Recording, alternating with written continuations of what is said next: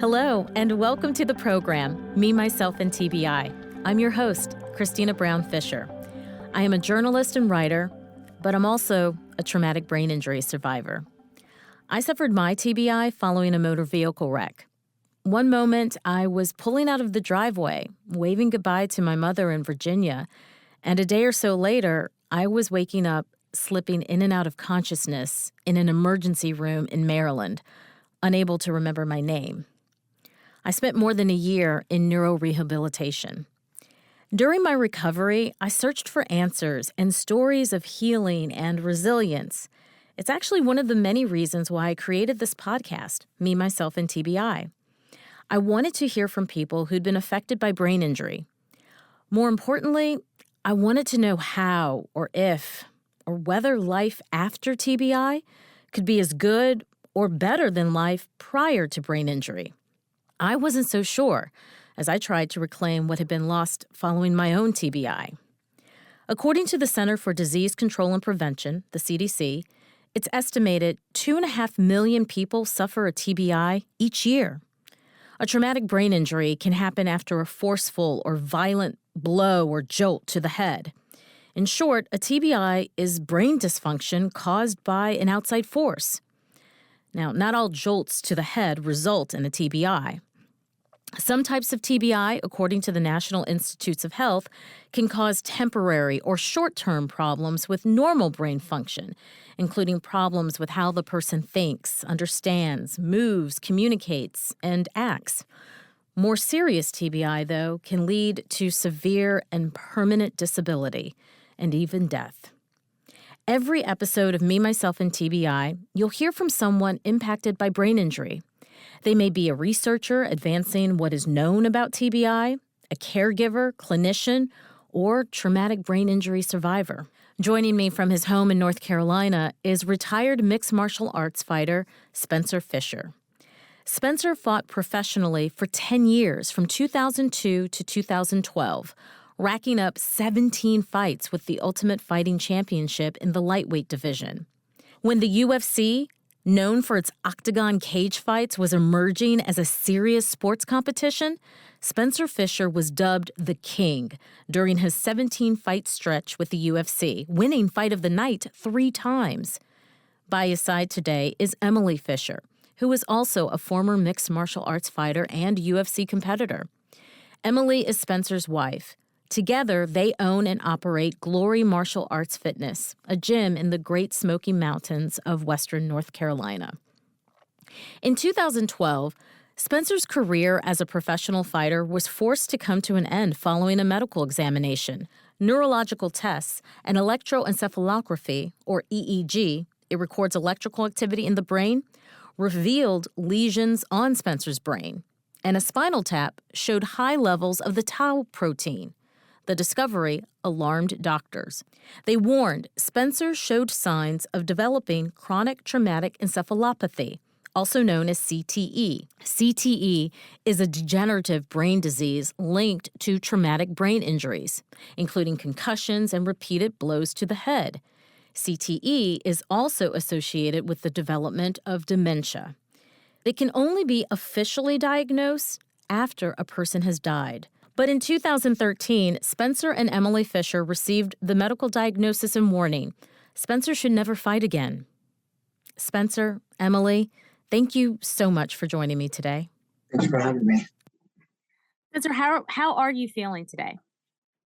Kind of sluggish, a little dizzy. It's a regular thing for me for this. I have ups and downs a lot, but I feel okay. Just a little tired. Walk me through your day. What does a typical day look like and feel like for you? I get up early in the morning. I go to the gym to teach classes from 9 to 10:30 sometimes.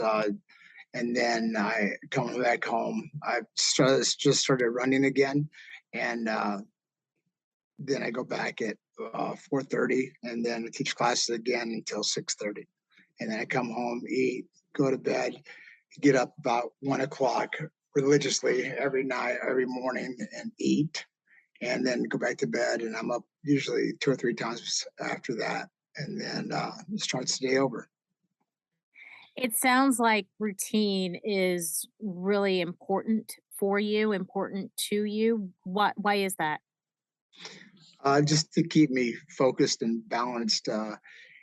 Anything can throw me off. You know, if I have a bad day, not remember someone's name, it could offset me. I have to write down my lessons that I'm going to teach. Like I just got done writing down what I'm going to teach this week, and I do it every Sunday. And then on Monday and Wednesday nights, the nights before jujitsu, which is Tuesdays and Thursdays, my wife and I will go through my planner and go over the moves that I plan on doing Tuesdays and Thursdays, and then I kind of wing the basic fundamental classes. Yeah. It would seem to me that teaching fighting, teaching mixed martial arts in some ways has got to be second nature to you. It's got to be Right, it would come very easily. But right. what you're It's the only describing thing is I know. yeah. Right. I actually want to go back in time, Spencer, and tell me how were you first introduced to mixed martial arts? Was it even called MMA back then? How did you Because it's start? called no holds barred back in the day, and I lost my parents at an early age, and my grandparents raised me, and they wanted to put me in something that I could get this anger out, and they put me in martial arts, and I saw the UFC when it first came on and was immediately hooked. And I wanted to do that, and was told that I was too small to do it. They didn't have weight classes back then, and so I started karate, then boxing, and then I met a lot of the former champions throughout the years, going through seminars, and I met Pat Miletich and Jens Pulver the day after Jens had won the title, and they had invited me out to Iowa, and I just packed up and moved out without a second thought, and the rest is history. So, Pat Miletich and the Miletich fighting system produced a lot of winners. We'll get to that in a moment. I definitely want to talk about that. I do want to stay a little bit in your childhood. How old were you when you lost your parents? uh, 15, I think, 15 and 16, or 14 and 15, one or the other. So, And you started martial arts shortly after that. What was it about martial arts that you loved um, and did for you? yeah, I wasn't good at any other sports, and I was an angry child, and like I had a lot of anger issues, and I felt that I was good at fighting, and like this point contact, and I just wanted to prove that I could do fight at the highest level. And when I saw the UFC and I saw the Gracies do it, The Gracies are considered the first family of Brazilian Jiu Jitsu. I knew right then, someone that small could do it, I could do it. And then of course they started having weight classes, and I went from every weight class, like I went from heavyweight all the way down to lightweight, and was successful all of those weight classes, and then ended up making my professional UFC debut at 170, which was the lightest. Well, they brought back I think Sam Stout and I were the first fight back into the lightweight division when they brought it back. And of course, you and Sam Stout would have quite a few bouts. Yes, we had three of them. Yep. Do you recall where you were, what it was about the UFC that made you believe that you could make a career out of this? Um, I did things the wrong way. How Like so? well, like I messaged somebody, and I don't know if it was Joe Silver or Joe Gold back in the day, and I wanted to know how I could get into it. And they said that I had to have actual fights. I had to have some kind of background in fighting. So I would literally take a video camera to different dojos, and my friend and I, who was trained with me at the time, would basically dojo storm. We'd go in and ask if they wanted to spar, And by the end of the class, they were telling us to get the hell out of there. They didn't want no part of that. So it kind of got a bad reputation because we didn't mean any harm by it, but it was the way it was. It was like we wanted to fight, and they were throwing karate kicks, we were throwing Thai kicks, and they were like, "Get the hell out of here!" So they're like, "How much technique is there in kicking someone in the legs?" It was just karate, and we were doing kickboxing. We were kind of ahead of our time. And then when I started boxing, my coach happened to be the referee, and a couple times they were trying to build the tough man as they were called back then, and then they said, "Hey, Spencer will do an Ultimate Fight Challenge, no rules." And I started doing them back here in North Carolina. After I won the Tough Man contest, I started doing Ultimate Fight Challenges in the ring, with a large audience, and I became a big fish in a little pond, and then I just started going around to different seminars and training, and eventually met Pat and Jens, and moved out to Iowa. I do want to talk about that transition, but before we Yeah. get there, tell me about how you and Emily met. Um, Met her at a party. Uh, I don't remember all the details. She has her side of the story. I have another, but Well, let's hear your side, and we'll hear your side first, and then we'll it's compare. simple. We, one of my roommates, we had a party one night, and she showed up, and she was a little country pumpkin, and she got me donuts one time, and we hit it off, and she became interested in fighting and training. So we started training. She was still in college at that time, and she just started supporting me, helping me training with me, and we would go to the Western Carolina University. They had mats out there, and we ended up building our own team out at Western, and I don't really remember. Like I just it was just we hit it off great. She was very supportive, and she seen her first fight and was hooked. So And you had a partner. yep, had a partner. So You mentioned Gracie Jiu Jitsu. Tell me about yes, your idols. I know that. yeah. Hicks and Gracie is Yeah. my all-time favorite, and luckily I went to a seminar as a kid with one of my friends, saw him just absolutely go through, I think it was like 100 people, like one after another, and was just amazed that the guy could do it. And I actually, to back up something I left out, I actually took the Gracie challenge when I was 18. I drove from North Carolina, uh, my girlfriend that I had at the time, and I drove from North Carolina to California to fight in the Gracie Challenge that they had out there. They used to have a challenge match, take on all comers to show that Gracie Jiu Jitsu was number one.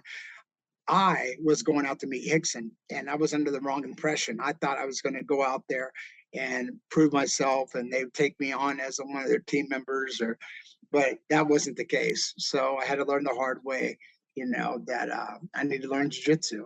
So And just to edify the audience, if you can, Spencer, can you explain to me what distinguishes the Gracies in the field of not just jujitsu, but really MMA at large?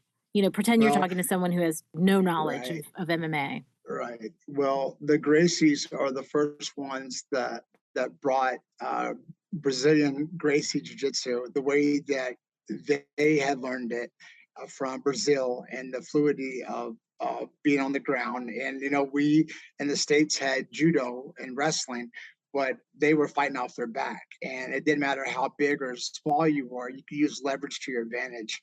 And Hoist, I don't think he really surprised the world. I mean, I was hooked right away, but when he won his UFC, when he fought Dan Severn, and when he choked him off his back, and he gave up like 70 or 80 pounds, and he triangle choked Dan Severn off his back, and giving up that much weight and size.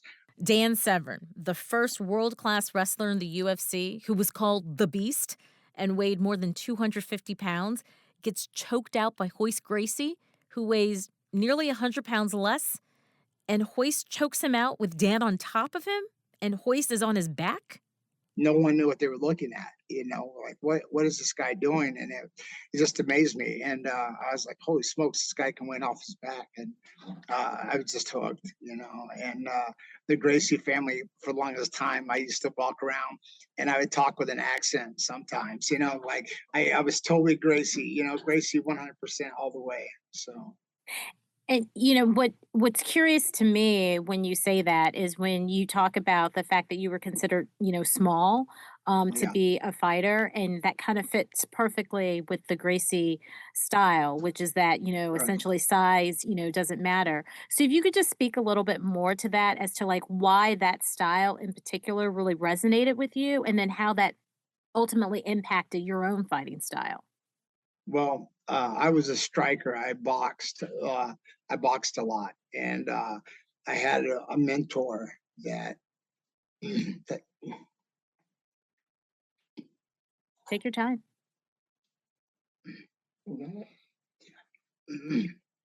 I had a mentor that Take your time.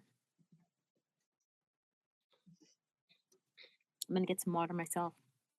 but I had a boxing coach that I lost 2 years ago.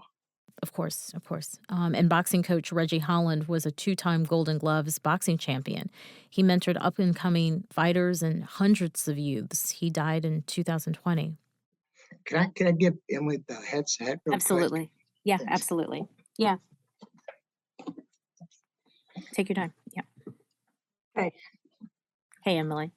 Hi. You know what, Emily? I got to hear your side of the story of how you guys met. I was DDing for some of my friends. I was a freshman in college at the time, and What's DD? What's that? designated driver. Oh, duh. I should know better. And anyhow, we had gone to this. They took me to this one party. Anyhow, we ended up leaving because it was kind of chaotic, and we ended up going to this house party that they knew, and it was Spencer's buddy. And anyhow, we get there and I see Spencer, and he had a reputation in town because he was the known fighter and had won all the tough men. And I remember seeing him and looking at him going, this is the guy they're talking about. I thought he'd be bigger. And anyhow, we're all hanging out in the kitchen and he would come up and start hitting on me and, was complimenting my eyes and things like that. So I started kind of, laughing at him. And anyhow, ended up, he ended up passing out somewhere and we ended up leaving the party and I ran into him, I don't know, 3 or 4 days later, maybe out in town driving around, and I started heckling him about, how he was acting. He's like, he got embarrassed. He's like, please don't tell me what I said. I'm like, oh no, you need to know this. So I was teasing him, and anyhow, I ended up I was running to the gas station to get some stuff, and I asked everybody if anyone wanted anything. He pops up, he wants donuts, and I'm like, okay. So I go in there and I find like a pack of Little Debbie donuts or something and brought it to him. And he's like, these aren't the right ones, but these are still good. I was like, he liked the chocolate Hostess, I found out. So It was powdered love. It was donuts. love. It was love ever since. Right. Yeah. So I want him with donuts. He's still a That's sucker for donuts. He's very particular about his donut. Yes. And then how did you get into MMA? Did you have I any was interest in it always before? Oh yeah, I was always interested in boxing. I didn't really wasn't familiar with like the MMA fighting, but boxing and wrestling was something I was always interested in. In my senior year in high school, I decided to go out for the wrestling team, and I was the only girl that did it. So I get out there, did the brutal training to get into the team.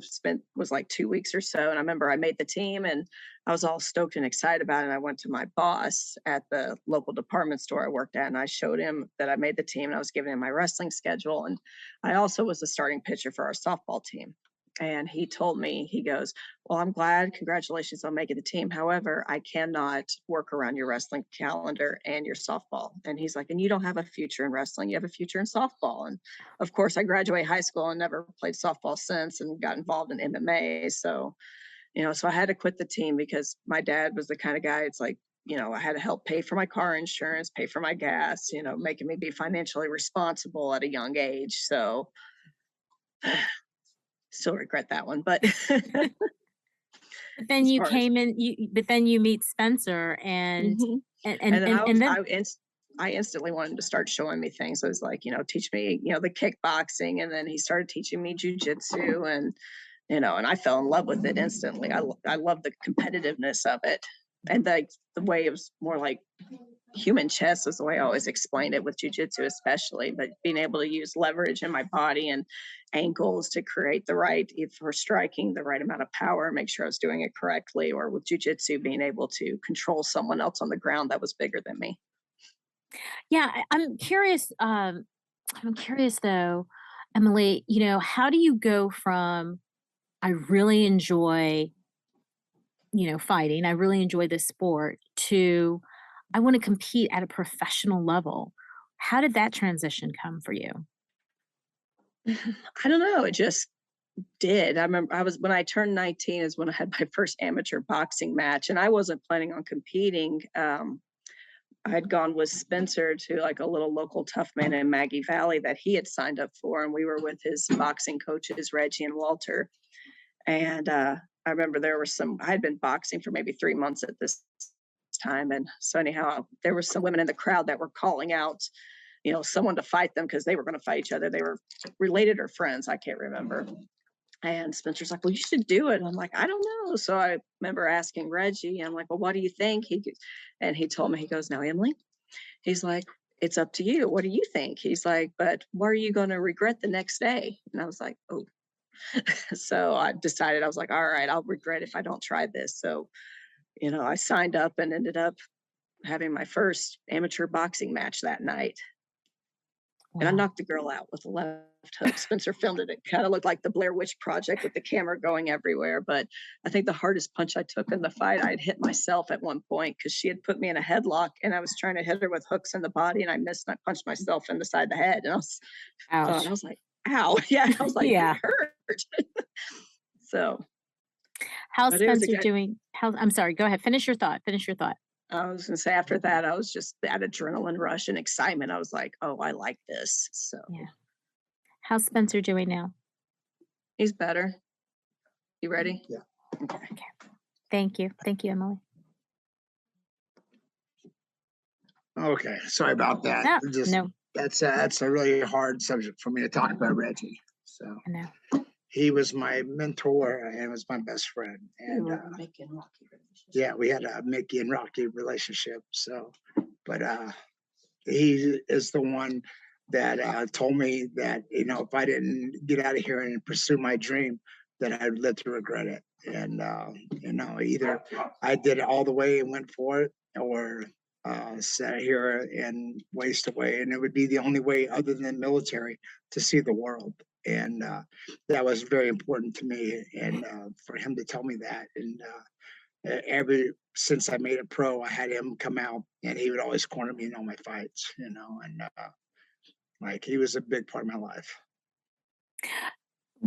At that stage, is there any discussion, any thought about the danger, the physicality of being No, a professional fighter?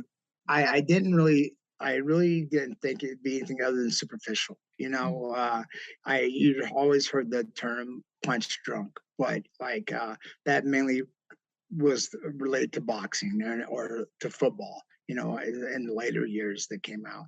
But no, it's like I don't ever recall. I'm sure I had maybe several throughout my career, but I don't recall ever being dizzy the day after or having any major headaches until my UFC fight with Hermes Franca. And we can get to that Yeah. later on. Yeah. Yeah, so I just picked up and followed Reggie's advice and moved out to Iowa and made a go at it. And I fought at the Tuesday night fights that they had out there and was successful in all those. And like I said, I went out there at 225 and they kept telling me, you're too big for this weight class, drop weight class. And I happened to move in with Tim Sylvia, Oh, Jens, wow. Jens Pulver was just moving out. As Yeah. I moved in, Kelly Wiseman, Jason Black, that were all known names. Well, Tim he wasn't in the big show yet, but we got there But around the same certainly time. some of the most successful MMA Yeah, fighters. absolutely. Yeah, Yeah. well, yeah. When my teammates or my roommates, and so like I worked at a nightclub with the guys bouncing, and it just worked out that in my schedule, and I'd get up in the morning, and Jeremy Horn would use me as a dummy. Yeah, and Jeremy Horn, a former King of the Cage champion, he fought in the heavyweight and light heavyweight divisions. I'd go to all the practices, and he would demonstrate the moves on me, and eventually invited me to participate into the advanced classes, and I jumped in, and it all worked out. So And when did do you recall that first bout, that first, crack at that UFC yeah, oh yeah, cage? yeah. I Tell me remember about that. that. Yeah, it was my dream. I had called my family, some of my family that were back here at home. They thought they could watch on TV because I told them it was going to be on a fight night. So they got a house full of people to watch, but I didn't know there was preliminaries back then, and the preliminaries didn't get shown on TV. And I called back home and told my one and my great aunt, said, "We watched the entire show and you weren't on it." And I'm like, "Yeah, I was." And of course I had family that were out there that witnessed it. But it was my dream come true, everything that I ever, and I won, so that was icing on the cake, and they told me I didn't know anything about the guys fighting until like the week of. They just told me, my manager told me I was fighting a miniature Vanderlei Silva, and I knew who Wow. that was. And but I believed in my striking skills. My teammates were world champions, and I was hanging with them. So I knew that anybody they put in front of me was not going to be as hard as my teammates. And at this point, are you at Militich.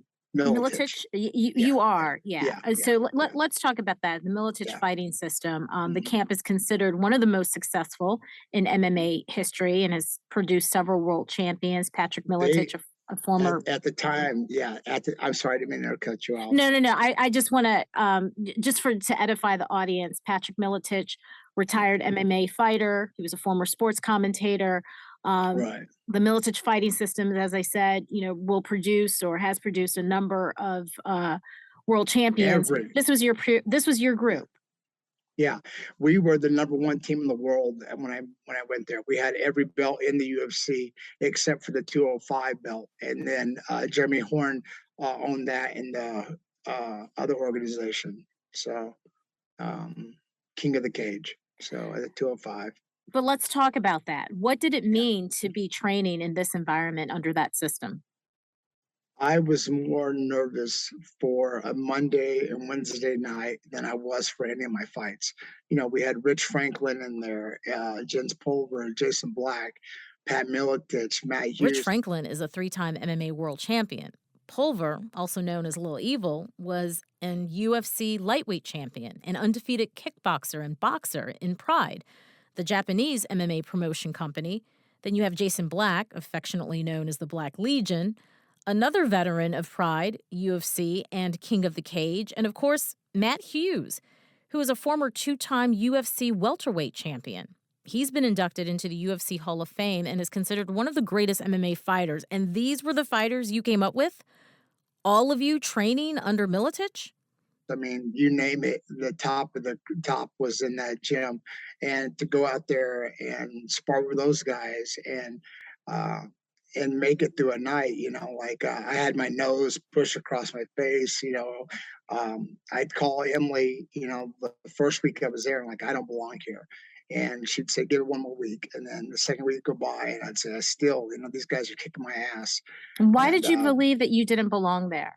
Because at this uh, point, you'd had a few Oh fights yeah, under your I belt. had I had several fights by this time, but like the intensity of the training, 5 5 minute rounds, and it wasn't just hitting pads or lightly sparring. It was a fight. We were taking each other down.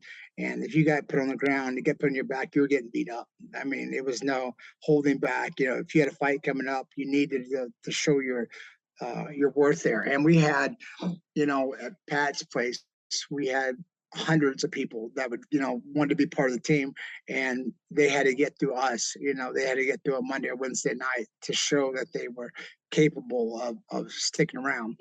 And after like the 8th week I was there, I remember Jen's Pulver telling me, "So you're gonna stick it out, huh?" And I'm like, "Yeah, I'm here for good." So then the beatings stopped as bad as they were, and eventually I started giving the beatings myself, and I became one of Pat's doormen, so to speak. When you came in the door, you had to go through me and Jen's. If you were a smaller guy, if you were the bigger guy, you had to get through Rory or some of the other guys. But we were kind of the gatekeepers for that gym.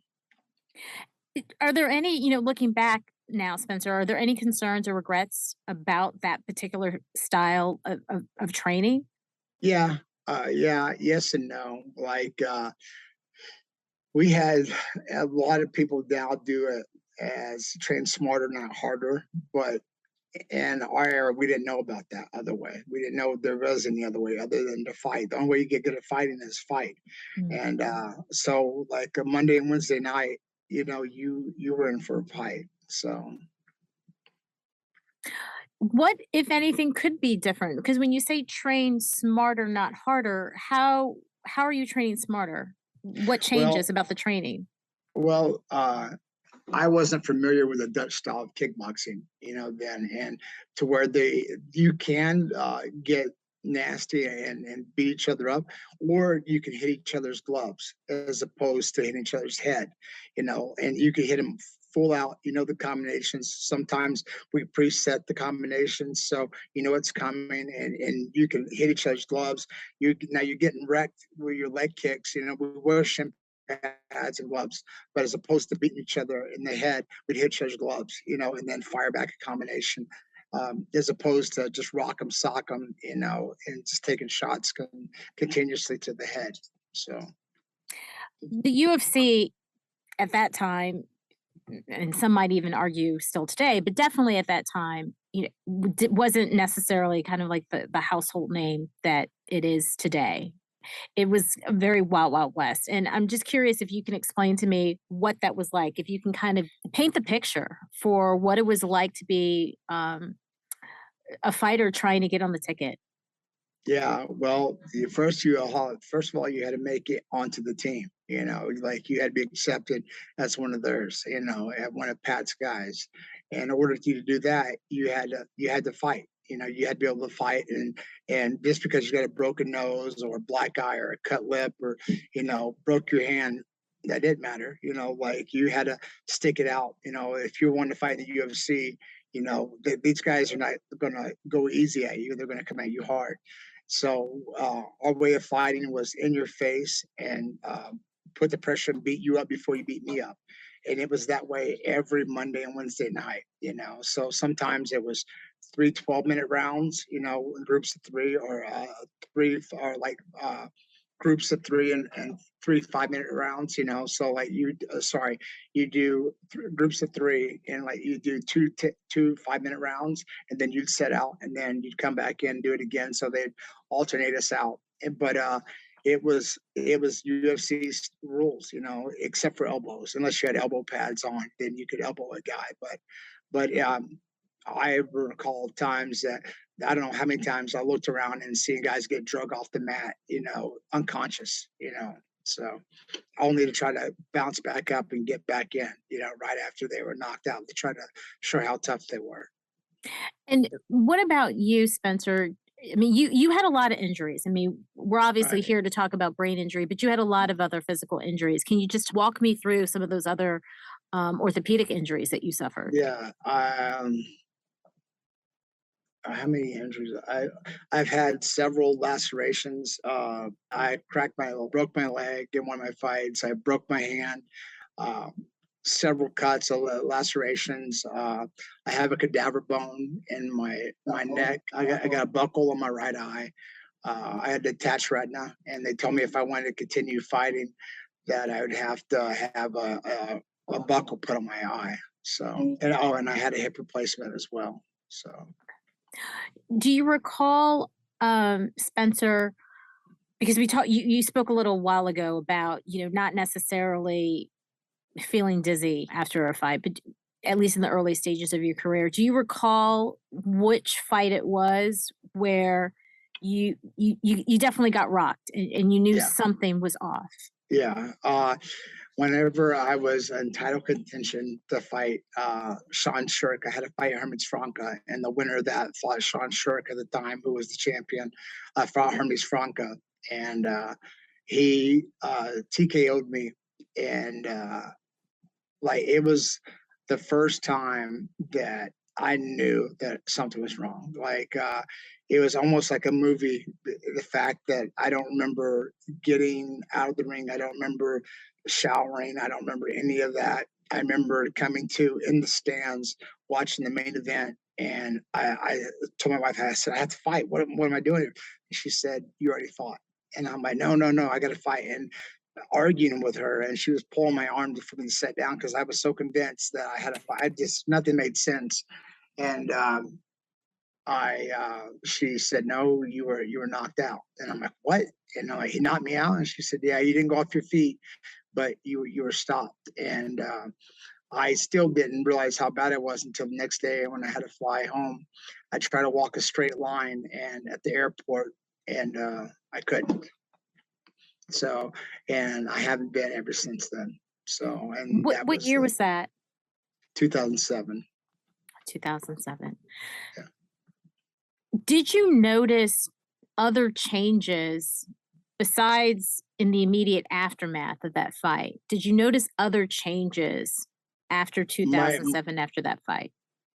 Yeah, I had started having impulse controls, saying things, my temper, like I would explode over things. My attitude started changing. I started getting emotional.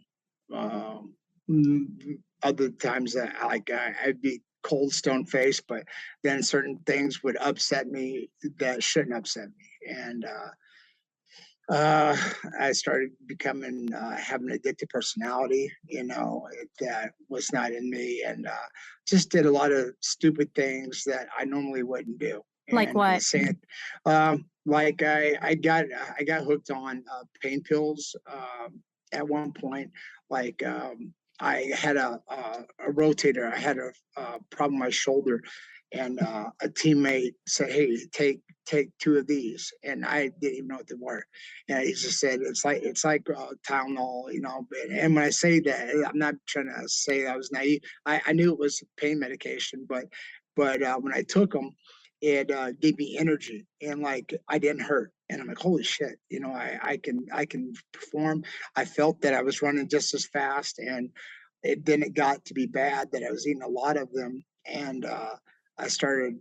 I had the best fight of my career, and I was taking those. I had a prescription for them, and but I was abusing them, So Did you notice how it was impacting your relationship with other people, or did this feel very internal? uh, no, I realized that I was doing stupid things, and I would say things that were hurtful, and not realize I was, if I did say something, I'd blow it off, like, oh, they're in the wrong. And then after a while, Reggie, my boxing coach, made a trip to Iowa, and because I went and answer his phone calls, and he came up and sat me down and talked to me. It was like, hey, we need to look at what this is doing to your pocketbook. And I'm like, what? And when I realized the problem that I had, that was it. I stopped, and that was just into that. But it took him driving from North Carolina to Iowa to get me straight again. So What did he mean by how it was affecting your pocketbook? I was spending them. I was getting a prescription for them, and then when my prescriptions were out, I was buying them from friends, like I was actually buying them. And then, but like I never did it. I only ate them. I never did anything else, like, but I would eat a lot, and I felt like it gave me energy, to where a lot of people might fall out, pass out, slobber, or drool. Like, not me. It hyped me up, and it had the opposite effect on me as it does a lot of people. But the biggest thing was I wasn't hurting, like I had a torn shoulder and I could work right through it, and I felt faster than I ever had been in the past. And I put on, like I said, the performance of my life, while I was taking Vicodin. This is 2007. And Right. this is when you first noticed how a fight is affecting you cognitively.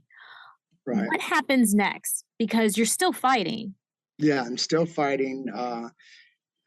And then I started fighting for the wrong reasons. I was down to fight anybody, but then it became about fighting to provide for my family. Like everything changed as once Emily and I had our kids. That. Like if I don't fight, I was the main breadwinner, in our relationship. So I had to fight. So everything became uh, different, like if I had a cracked hand, if I had a cut in my eye, I had to fight through it because that's the way I fed my family, So I just had to fight through it, and that's what it was. So. And explain to me, Spencer, and our audience, because I don't think a lot of people understand, the pay scale, Right. right, in the UFC. I think it's in the NBA, NFL, NHL, and MLB. They receive about 50% or more of the revenues. Right. But MMA fighters, in contrast, get No. paid. Yeah. So, Right. so Nothing. please explain to me what it meant to be a UFC fighter, and like, how do you get paid? Yeah. So back then, when I was fighting, you get, so it's the same as it is today. You get your show money, and then you get that same equal amount if you win. So it doubles if you win. And then we made a lot of our money off of sponsorships, And this is when the UFC still had sponsorships, and I made more money off my sponsorships than I was making my actual fight. So that was a huge deal, like to fight and to win. And once I started realizing I was having some difficulties, I was getting older, and I had to, what else was I going to do? Because like, this is the only thing I've ever done, really.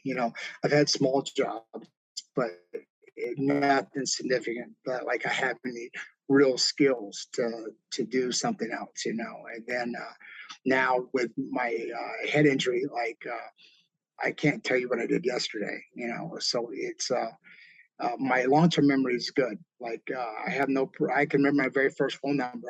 What's crazy is I can remember the Unsolved Mysteries phone number, and I don't know why that stuck with me all this time, but I can still remember that. But I have to ask her or somebody else sometimes, like, where's my phone number? But these things started coming up, and then you get to the point that you're like, well, do I really want to fight anymore? These things were happening to me, but it's all I knew, and that's all I know. And so the fighting was like, I had to fight, but the love for it wasn't like it was when I first started. So by 2012, 5 years now after Right. that bout where you don't even remember the fight, 2012, you're at a routine medical examination, correct? A routine pre-fight medical examination. Tell me what happens. I don't remember exactly. I just remember I started missing like dates and stuff, like what day it was, what floor we were on, like simple things, like things I never paid attention to. But like, Do you remember yeah, which fight this was for? Which what this medical exam was? no, I don't. Whatever my last one on contract was. Oh, Eve Edwards. Eve Edwards was who I was supposed to fight. And And so I think you're supposed to fight Edwards, but right. as part of a routine pre-fight medical examination, you go Right. see UFC medical doctors, correct? I seen a neurologist, You see a and neurologist, yeah, okay. yeah, But I was missing. what prompted seeing the neurologist? Because was this normal that you would No, see a yeah. neurologist before every fight? No. But when you get to be a certain, we call it the old man test. Like when you hit a certain age, I was 36 and had to do the old man test, and because of a EEG test that came up, false positive or false negative, whatever it was. So I had to see a neurologist, and I just started missing too many of his questions. Simple questions that I never ever thought that I have a problem with remembering. But I had no clue what day it was, what the day was, what floor we were on. Uh, I didn't know the doctor's name, silly, like simple things that we take for granted every day. Like I just had no clue. So Do you remember what that felt like for you? embarrassed. I was embarrassed, and I didn't know what dementia was. I didn't know what any of these terms were. I thought dementia was Parkinson's when you shake, and now I'm aware of these things, but I wasn't then. And I was like, I don't do any of that stuff that you're talking about. I was trying to argue because I had to support my family. Like I told my wife, I said, if I don't fight, how are we going to survive? And I even told her, like, because they were going to send me to different neurologists. I don't remember how many I saw, but I saw quite a few. And I told her, I said, if you don't help me pass this test, then we don't eat. We can't survive. And she was on board at first, and then I started missing too many of them, and she wouldn't help me out anymore. And this is while we were at the doctor's office, and the doctor kind of tricked me and tried to tell me to walk down the hallway and hop on one leg back, but I swerved or stumbled or something. I don't remember what exactly it was, but he told me that my balance was shot. He couldn't pass me. So that led to me dealing with the fact that I had possibly CTE. So. So I just want to, I guess I just want to get a little understanding here. You're seen by a neurologist and you don't pass the neurology exam, this old man test that Right. you have to take prior to a Right. fight once you turn 36. And when you receive the news, your instinct is to find a neurologist that will pass you. Right. Oh. And I don't want to throw anybody under the bus, but I was asked by somebody, like, do you want to fucking fight or not? And I said, of course, of course I do. And like, all right, well, we're going to send you to this neurologist and they're going to pass you. And I had every expectation of passing, and but that was whenever Emily, she was helping me, and then I was just missing too many that she wouldn't help me anymore. And then like she had been documenting stuff that I was doing at home, putting stuff up in the wrong places or not paying attention to where I was putting things, and uh, that all came out. So she couldn't deal with the damages, the damage that was done already, and wasn't going to hide it. Looking out for my well-being. So. How do you when you share this story with me, I'm curious to know, how do you feel about your 36-year-old self being told that, your brain is damaged and you still want to fight, you still want to get in that cage? I Yeah. get Well, it was coming off, like I was coming off a loss to Sam Stout, which was very close fight, and I was going to retire after that, and then I got the bonus for fight of the night for that fight again, and they offered me a fight with Eves, and like I said, it's going to be a great stand-up war, and that's what I was looking for, and I started training really hard. I brought in training partners from out of town. I brought old training partners back in, and I was hungry again, because no one wants to go out on a loss, and I see. I was training just as hard as I ever trained for a fight. I got my weight down, like way lower than it normally was, for the past, other than the past couple fights, I was hungry again, motivated, and it was devastating to have someone tell me that it was that it wasn't just that I couldn't fight anymore, that I wasn't the same person that I used to be before fighting. So I think that that's probably one of the most powerful takeaways, Spencer, is and it's the reason why I do this show, to be honest with you, is that when our identity is so closely tied to what it is that we do, whatever it is, and then that's stripped from you, how do you define who you are? How do you, take the next step? So you're saying that, when they tell you that you're not fit to fight, for you, you're also hearing that you're not fit to be you. You're not fit to be Spencer because Spencer right. is a fighter. And if you're not a fighter, then who or what are Yeah, you? who are you? Exactly. And a lot of people say that they're like, oh, you're still more than that. You're this person, you're a father. But that didn't mean anything to me. My identification was, the ultimate fighter, the guy Dana said one time in an interview that it hurts me to watch, but so whenever I think of the word fighter, I think of Spencer Fisher, and that will stay with me for the rest of my life because to have the president of the UFC say that about you, there's nothing bigger than that, in my opinion. Because I really think highly of Dana. He really put me in spots. I did it myself, but he's the one that ultimately had the final say. Like, yeah, this fight makes sense. Let's do this fight and like he was nothing but good to me the whole time that I was part of the organization, but that's who I was. I was the ultimate fighter, and I was a small town guy that made it, that lived my dream. And now you're telling me that not only can I not fight anymore, but you're taking away that identity altogether. And like I still wasn't accepting the fact that I had long-term damage. And then I took my daughter for a checkup one time, and I got her to the front counter because Emily usually does this stuff. But I took her to the front desk, and they said baby's name and date of birth, and I looked right at her, and I start crying because I couldn't tell you her name or her date of birth or anything. And I start calling my wife. I'm like, hey, and then it came back to me. I'm like, right, November 7th, and Kira Nova, and it came back to me. But like, I'm like, holy shit, I really have some issues, and it just started building from there. And like, I stumble, when I walk.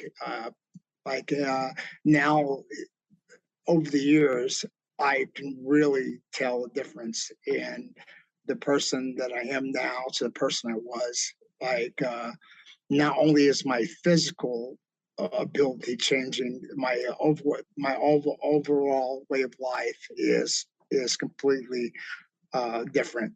Like things like I watch cartoons with my kids and I'll cry over that. And then like I'm supposed to take mood stabilizers and memory medicine and all these things, but it makes me feel like I have no empathy when I do take them, and then when I don't take them, I'm over erratic. So like I feel medicated all the time. I feel like I have to be medicated in order to function, and I hate it.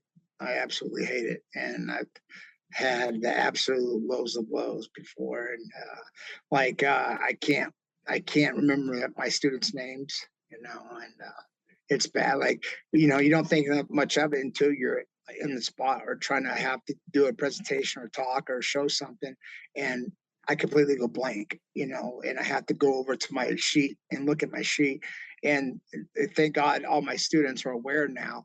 But here recently, I've been having these episodes that I've been getting being very sick, or cold sweats. I'll break out cold sweats, almost pass out, but I projectile puke, and the doctors, they thought it could be liver related, and now they're ruling all that out, and they're trying to start leaning more towards my brain injury, that it's all related to the brain injury, which, yeah, that's what I'm 46 now, but I can only imagine 5 more years from now, and the quality of life that I'm going to have. And for my daughter who's 5 years old, I want to be around mentally and physically, to be around for her when she graduates high school.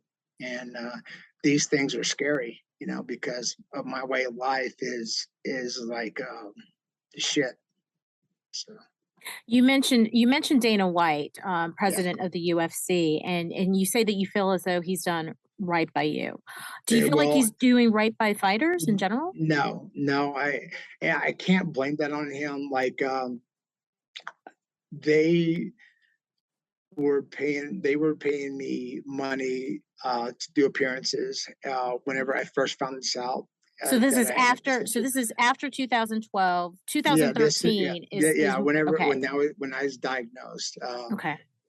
they kept me on the UFC to do appearances and stuff, and we wrote to them because I only did a couple of them, and I was worried about that because I always want to earn my worth, like I want to work for what I'm getting, and we sent several emails out, saying, hey, put me to work, make me do something, I know fighting. That's the one thing. I don't care how injured I am. I can look at you anywhere across the room and tell you your left heel needs to be off the floor. I mean, when it comes to that, I know that's who I am. That's what I know, and I feel like I could be useful in some sense of that, if at all possible. But they when they sold the company, that was the end of the covering anything, the medicals or payments or anything, and I haven't heard a word from Dana since. So When you look back on that period of time, because you're saying roughly 2012, 2013, that's when you're going through these series of medical evaluations and definitive determination that fighting is no longer an option for you.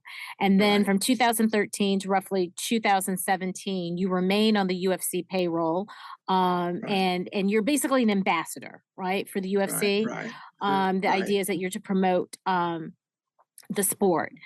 Uh, right. Looking back on that, do you see that support, that financial support, as doing right by you? Do you see that financial support as a wink and a nod to, please don't discuss what the sport has done to you? Yeah,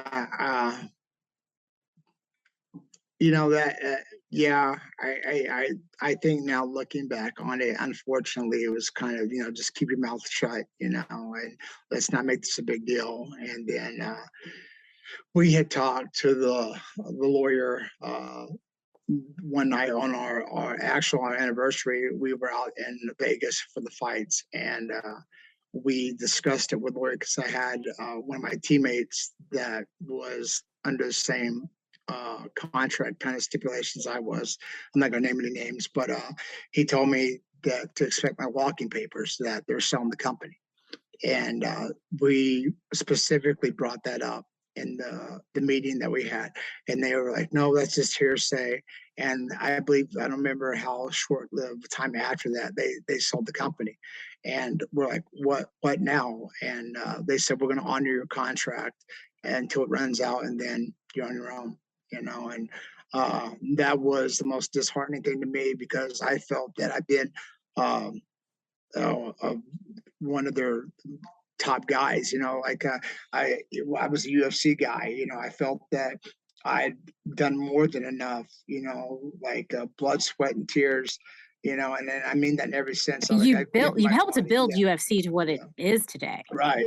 I put on some great fights, and I always strive to put the best fights on, win, lose or draw.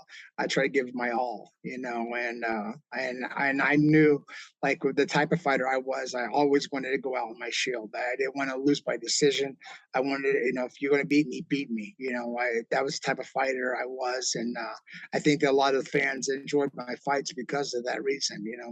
Because I left it all out there, and I honestly now know that I left a piece of myself there. A lot of myself there, and now it doesn't just affect me, but it affects my entire family. What sort of therapy support, what sort of things have you been doing to try to kind of just, stem the inevitability, I guess, of this? Well, I have I have a couple of students that I always call them my hippie friends, but my students, they're always putting mushrooms like the what is it called? Psychedelics? No, lion's mane. No, but I have one of my old friends. Well, I've never actually met him, but he was sending me psilocybin gummies that I felt that were actually helping me quite a bit. But like, I haven't taken those in a while, but everybody around me said that I seem more upbeat and more positive while I was taking them. So I need to take those more. But I just try to live every day, but like, I try to take all the vitamins I can now, and So it's I play. nutrition and Yeah, exercise? yeah. Well, yeah. Well, the exercise is something I'm getting around back to, because I've been very slack on that for the past 2 years, and put on a lot of weight, especially after my hip replacement. And so I had that, but now I just ran 3 miles the other day, so I'm getting back on track, trying to get back to it and rolling again. Um, then one of my former instructors, a genius guy, he made this game, and it's called Play Attention, and you play it with your brain. So, like, I try, if he ever watches or listens to this, he needs to be doing more, but it reads my brain waves. And so I put this wristband on. I look at the screen, and if I can focus on the thing, I'll collect stuff or I'll build stuff with just my brain. And it shows my test results at the end of the game, and I can go back and look through all my tests and see how far I've come, if my tests are lower or higher. And yeah, I can see how it's helped me in the way that I've also been able to add more classes to my gym, to my work. Like, uh, I can just tell, like, when I do well in this test, and stay active with them, that I'm able to take more on at my gym. Which is overall is really good. Just, I don't stay consistent anymore as much as I should on the game. So, but like, I think I need something more to stimulate me. But I think one thing that's helped me a lot is playing the guitar. So I'm not great at it, but I really enjoy it. And what about the gym? Do you find yourself warning, cautioning some of the people at your gym who maybe are looking at you and your career and hoping that they too might see UFC glory? What do you say to the next generation of Uh, potential fighters? I've had a horrible experience with that. Like, of course, being, I wasn't very open minded to open this gym back up.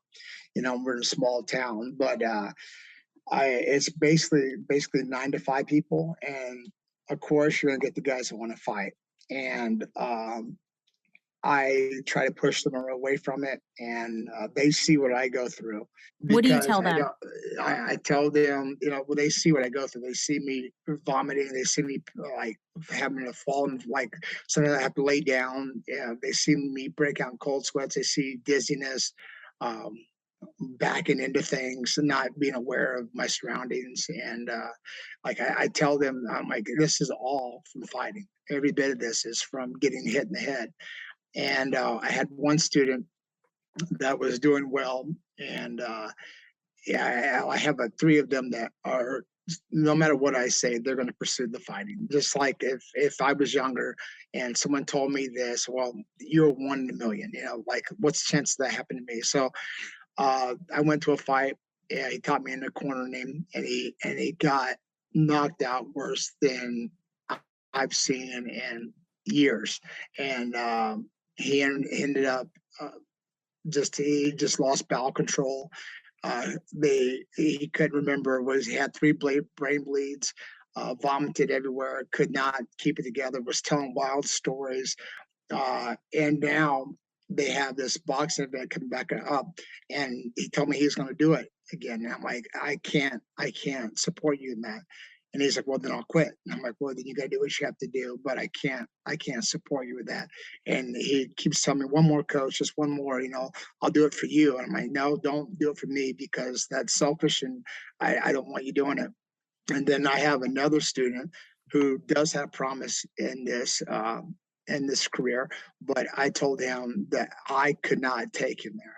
I couldn't consciously take him to that next level, and I would send him to another gym, because I just don't want to be. I don't want to be responsible for him. Wow, that's really a powerful thing to say and do, to say no to a fighter, to an aspiring fighter.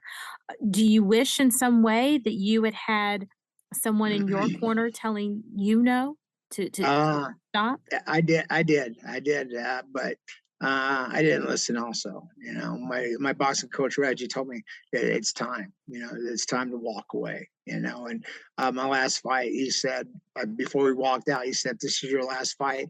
Go out and fight like it's your last fight." And I lost, but I felt that it was my better performance I had in 2 years prior to that, and he told me it was time to move on to the next chapter of my life. And I had planned on doing it, and then I got the call from the UFC saying, "Hey, we got this fight for you. Like it's going to be a stand-up fight. This would be a great fight for you." And I was 100% down for doing it, and I was motivated again, because he scared me. Like those type of fights really got me motivated, and really pushed me to train and start eating better, and running and doing everything I was supposed to do, like I was when I first started. So yeah. I saw a video with you and Hickson Gracie. Yeah. Tell me about, how did that come? I mean, that had to be amazing for you. Yeah, like I don't know all the answers to that. Like my wife kept telling me, "You need to get in shape. You need to get in shape," and I was like, "What is she talking about?" And like I had a hip replacement, and then I needed to get COVID tests. I'm like, "I'm fine. What are you talking about?" And she wouldn't tell me what this was about. And then like I was going to go out to California with one of my students, and because he's a big jiu-jitsu player and it's really good. And uh, she's like, well, while you're out there, I'll just let you know you're going to train with Hickson. And I was like, what? I'm like, I couldn't believe it. And that was my dream come true. Like he, in my opinion, is what a martial artist should be in every sense of the way. Like the way he lives his life. I mean, I don't know the guy on a personal level, but from everything I've ever watched him, I've never heard anybody speak negative of him, and he's never been beat. And like 450 or something, like and I tell people all the time, if someone would dispute that record, then they would come forward, and no one's ever came forward. So like he is like the greatest of all time, in my opinion, and it was a dream come true. I got a message from him the other day. So You went from being a teen who idolized this man to 20, 30 years later, you're rolling on the yeah, mats with him? it was amazing. Yeah.